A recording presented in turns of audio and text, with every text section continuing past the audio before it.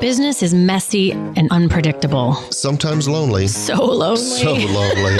And inspiration can often come from really weird places. We pick up where the bullet point blogs and the highlight reels leave off. We start with the stories. Welcome back to So Here's My Story. I'm Jodi. I'm Eliot. And I have been gone a while. You have been gone a long time. Well, I wasn't just dallying about. I mean, last week I was away on vacation with my family. Yes. Where I swam with turtles. Oh my gosh. I was such a kid about it. They were actually like the turtles, like the exact kind of turtles you see in Finding Nemo with like the really bulgy eyes and the like sort of mosaic. Did they talk to you in a California accent? Yeah, man. No, they were, it was absolutely amazing. But the week before that, I was at Podcast Movement, right, which was my first conference in podcasting since we just started this about a year ago. Did not go last year. It was fascinating and super overwhelming. And I felt like a little kid, like just sort of dabbling into something new. But it's amazing to be in that large a group with of people that all have that common interest. And I went, as you know, before we started the podcast, I went in 2016 when you were doing your Chicago. Other podcast. The other podcast that I won't say your shall not be named, but yes, my ex podcast, my ex, when I was dealing with my ex, that was the time when I figured out that me and my ex just weren't going to work. It just wasn't going to work. Yeah. It wasn't going to work. No, it was, we could do a whole other episode sometime on the, I was so aware of something that I don't think we always recognize of as you kind of grow up in your business world, you, I think unknowingly get more and more comfortable and confident about like what you know and what you're known for and what your network is. And you have this sort of, I don't know, kind of a posture of, okay, I'm like growing up in this industry or whatever. And to step into something that I am the baby of the room, you know, I mean, there were some people who don't have a show yet, but next to them, like I'm close to being like the baby, and it's sobering and awkward and well, part of it is intimidating, but part of it, but I always think about how awful would it be if you stepped into the room and thought, I've got nothing else to learn. Oh, yeah, totally.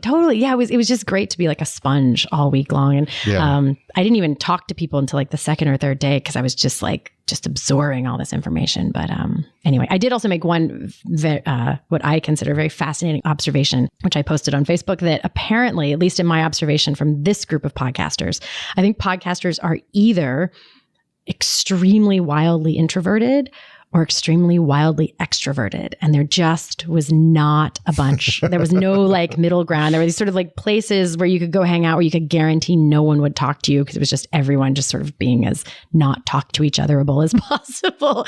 And then other groups where I was just like, hey, I'm interesting. Yeah. So. Interesting. I'm not sure which one we are, but I don't really want our comments on that. I swing back and forth. I was pretty introverted the first day or two, and then I was hungry to connect with people. So anyway, enough on that. Let me thank our sponsors. Thanks. Okay. So thank you to Tom Loveland at Mind Over Machines, Katz Copy, the architecture firm of GWWO, and Mary Craft Staffing and HR Solutions. Before we move on, though, I do want to say one thing that was a really exciting thing I won't say learned, but more like noticed, became aware of at the conference.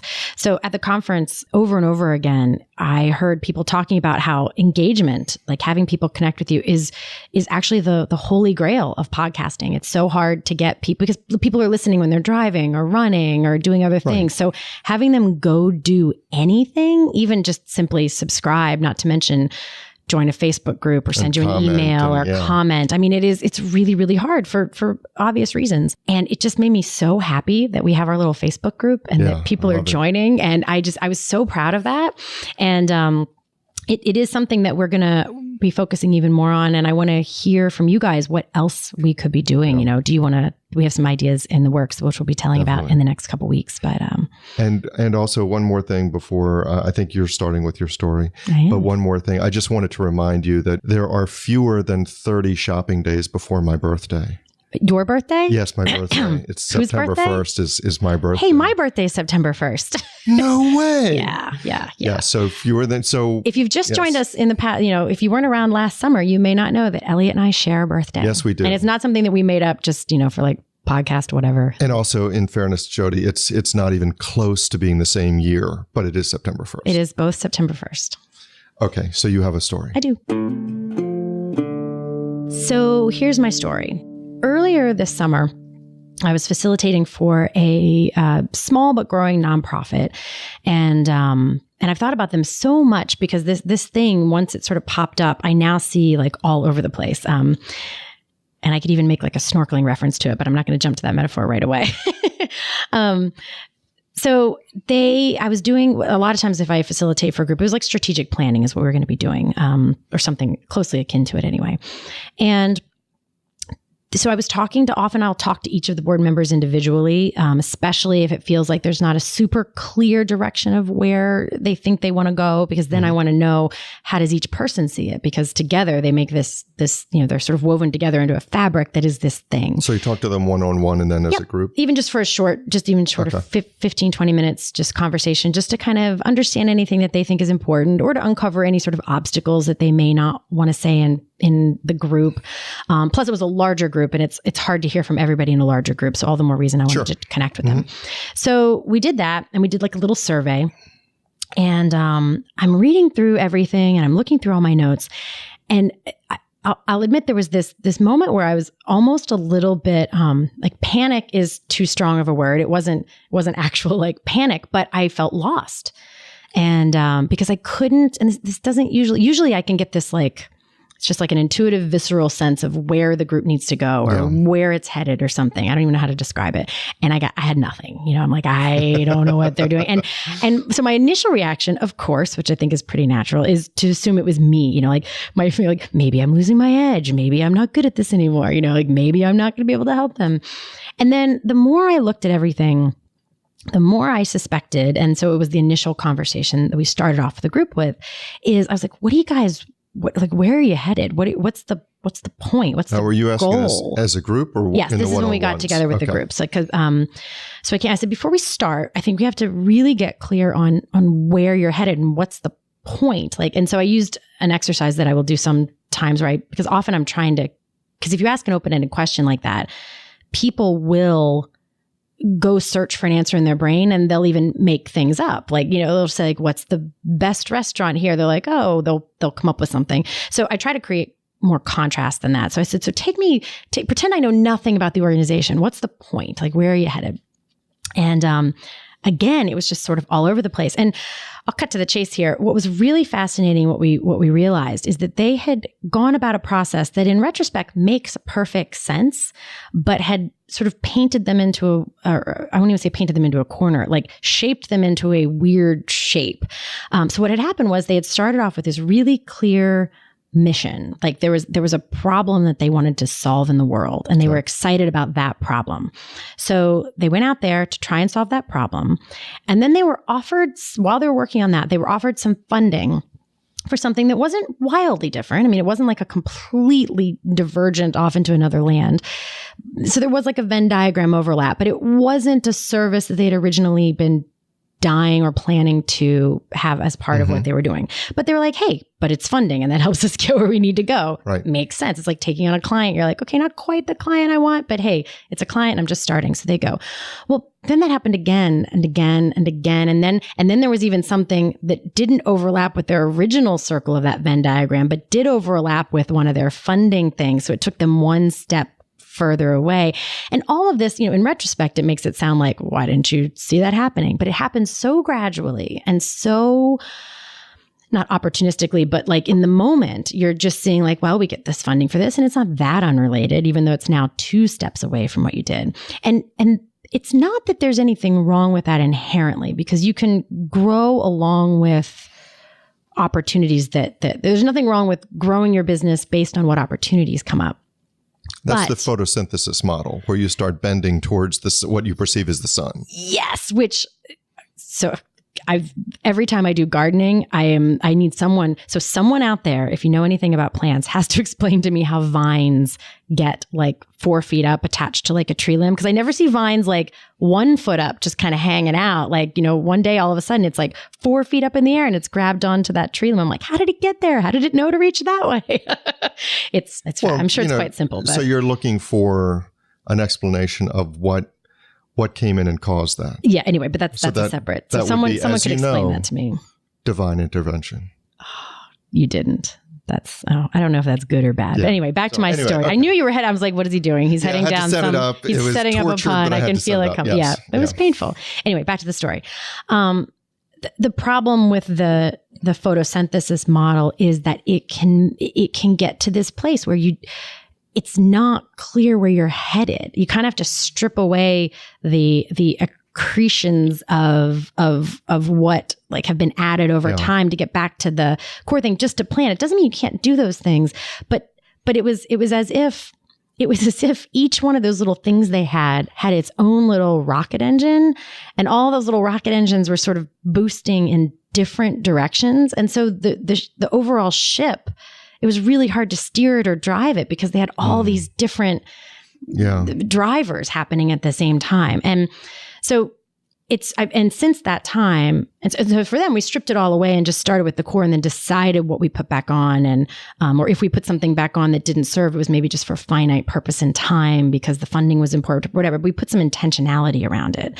So anyway, it just felt like a really important thing. And I've seen it happen several times again since then in different ways and shapes, but that same core issue. So, well, and, I'm torn between two things. One is the photosynthesis model and the very compelling extension of that analogy to say that when you have a plant and sometimes you tie it to a stake so that it doesn't bend, it remains rooted at least in its, subject to the gardener's original intent.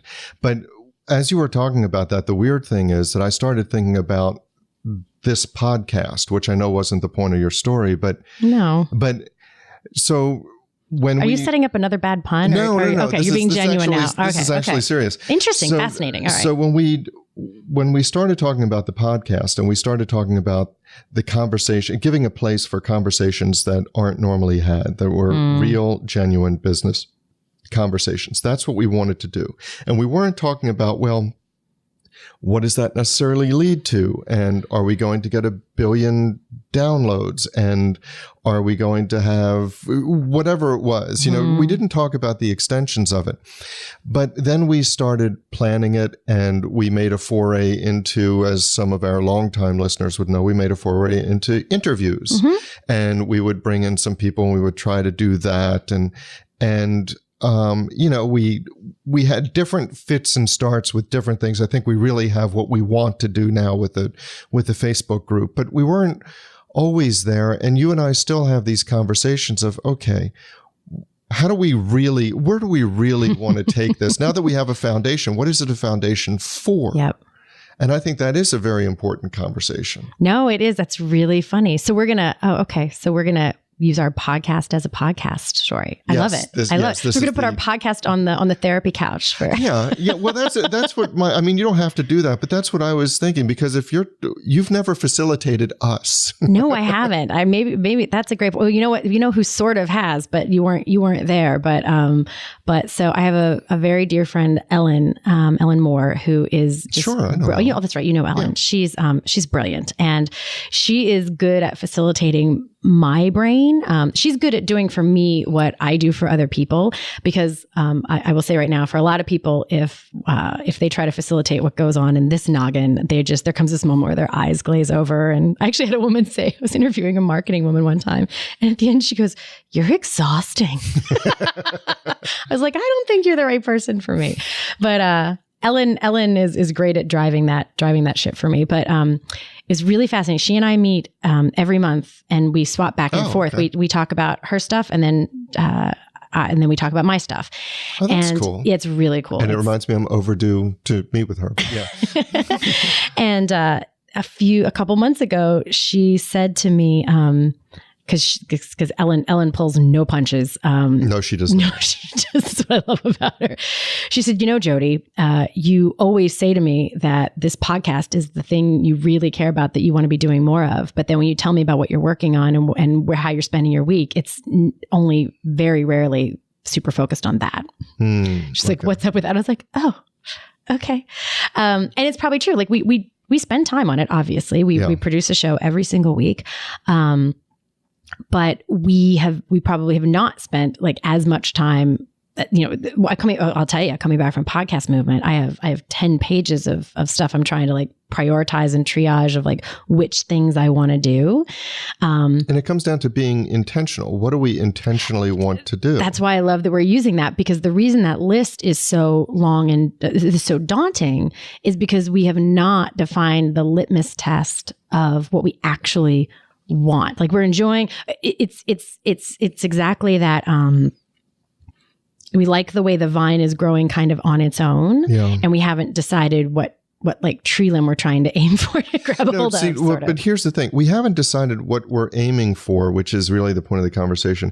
We have made certain decisions about what we're not doing. So we're not bringing in somebody who's going to talk about their 7th book and, or give the same interview they've given in 19 other podcasts. So we know that, but it's the working with intention, and that goes back to Podcast Movement. And which I don't want to skip over that because that is, I actually am better at creating clarity out of not that. Like I'm somebody who sees possibility all over the place. So I'm actually, it's never a problem for me to see opportunities or possibilities. I really value not that. That's how I often create my clarity. Not that. It's an incredibly valuable tool. What do you hate about shopping experiences? Take all of that, and then you can come towards crafting a mission statement on your retail store or whatever. Well, and it's funny because maybe this does come back. I started to say I should facilitate a conversation for you and I, but I guess that's kind of what we're doing right now. So let's do it. So at Podcast Movement, there were things that, and I know I can answer these for me, but I don't know if they answer them for you. Like there were some models where, and ultimately you build up to this big in-person event, kind of, I mean, not literally Tony Robbins size, because, not that, but that kind of like the glitzy kind of, or just big, like couple 100-person events or something. And there was this part of me, I was like, no, that's not my thing. Like, no, but I would love to do an in-person event though. Definitely an in-person event, but not, I always think of the best interactions as being those like more intimate, honest conversations, like one-on-one, not like yeah, go. So here's my story. Yay. It's not one of those things. Yeah, because I don't want to talk at people. I want to be in conversation with people. Yeah. So I would. That's a smaller group. That's a smaller group, and it could even be it could even be like 40 or 50 people or something, but in a way that you get to talk to everybody, or you have smaller interactions or something. It could be, it could be 50 people, but it's not 48 on one side and just the two of us on the other. It's interactions among the entire group. Yeah. I don't want to talk as it comes. I don't want to talk at people. I mean, that's, I think the one struggle I have with this format is it's a little bit like talking at, and I so value, I actually had a bunch of interactions this weekend with, I'm so bad with names, is Benjamin, our newest member from Rwanda. Right. Yeah. I think it's Benjamin. Don't take that personally, Benjamin. I can barely remember my own children's names. Or whatever your name is. Or whatever your name is. No, I'm pretty sure it's Benjamin. And if it's not, we'll just call you Benjamin for now. I'm going to be mortified if it's not Benjamin. Anyway, he and I batted around a few Facebook messages this weekend. He was trying to get our special episode. He had texted the word story to 345, and it wasn't working, which I'm still trying to figure out. But he didn't get the thing. So I sent it to him, and then we were talking about a bunch of stuff. I loved that. I love that. I really mean it when I say I want to be talking with people and hearing from them. I want to know what they, if they have questions or if there are topics that we could cover. I want to find, that's probably my biggest goal right now, is I want to find more ways that we can actually be in conversation with the people that right now, I can't see. I think for our listeners, sometimes it feels like we're in conversation, and that makes me so happy. I selfishly want to actually be able to feel more of that. So, one thing, there was a sentence that happened a lot at Podcast Movement where they were saying that podcasts are one way to scale intimacy. And I think for you and I, that is kind of if there's a destination we're headed for, I think most of them would fall into that category. Versus, Tony Robbins is not scaled intimacy to me. It's no, it's scaled presentations, but it's not scaled intimacy. Well, it's scaled inspiration. Yeah. Versus scaled connection. Yes. Yes. And by the way, it is Benjamin. Oh, thank God. I did locate the back and forth. I was reasonably confident it was Benjamin. See, yet another reason we need to videotape these, or, because so you can see the panic in my eyes. Because you can see the panic. Yes, absolutely. And I'm like scrolling, and then somebody looking at this would be going, "He is so disinterested. He's just checking his email. What the hell is he doing?" But he's trying to save me from so I could let it go. Make sure it is Benjamin. But yeah, I learned, and this, I'm putting together an online course, and the inspiration that I had was, well, I know what I teach. I've done these workshops on contracts and construction all the time, but before putting together the course, I scheduled, and I've now had 22 interviews with people who would be in my target market. And I deal with these contractors day in and day out. And what they had to say made me go, oh, right. More than one time.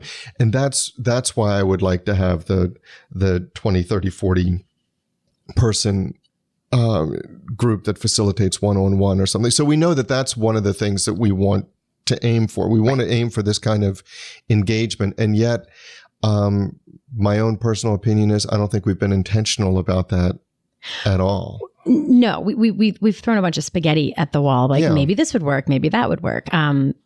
I mean, I will tell you, if you're listening to this and you have ideas or thoughts or just even wishes, please let us know. That will make our lives easier. But just to sort of contextualize this or maybe universalize it a little bit, so that it doesn't feel like you're just listening to us talk about us. I think that there are two. I always think of it that there are sort of these two. How do I want to call it? Not like perspectives on planning, but kind of perspectives. Almost like there's the perspective that's like, where are you now and where do you want to and where looking forward planning. Like what do I need to be in 5 years? Kind of. Although this is going to start to get confusing. I'm trying to think about how I want to explain it. So I think of it like this. Like when you're so we're in Baltimore.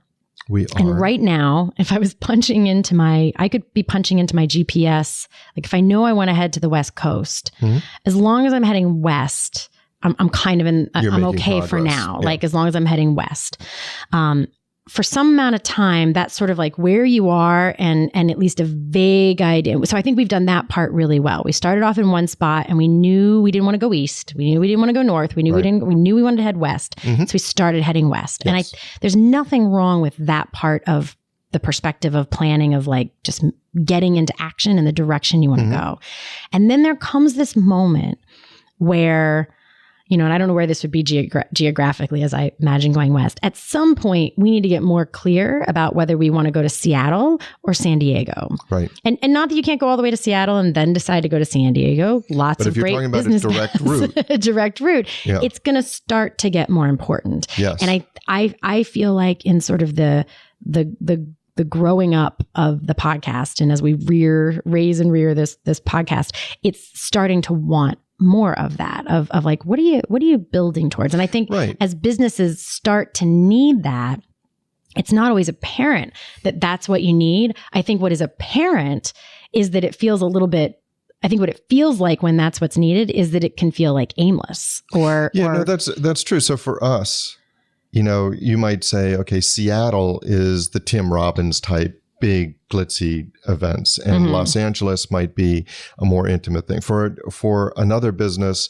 the Seattle could be brick and mortar offices in 50 states, and the Los Angeles could be, I want to represent no more than 100 clients, and I want to do it exceedingly well, and I want them to call us to tell them what kind of ice cream flavor they're going to eat, let alone the big life decisions.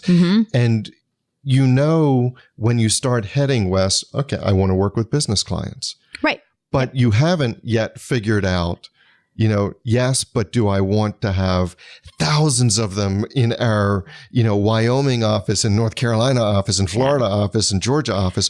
Or do I just want to work with this group that fits this very specific set of characteristics where we can do our best work? And I think that gets into a whole conversation of niching and of those kinds of things, which I think can feel so scary. But what they do is, if I were going to vastly oversimplify many of the conversations I end up hearing.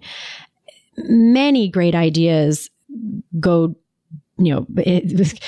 down in flames because there's the energy and resources is too diffused over too many things. Like there's not enough focus.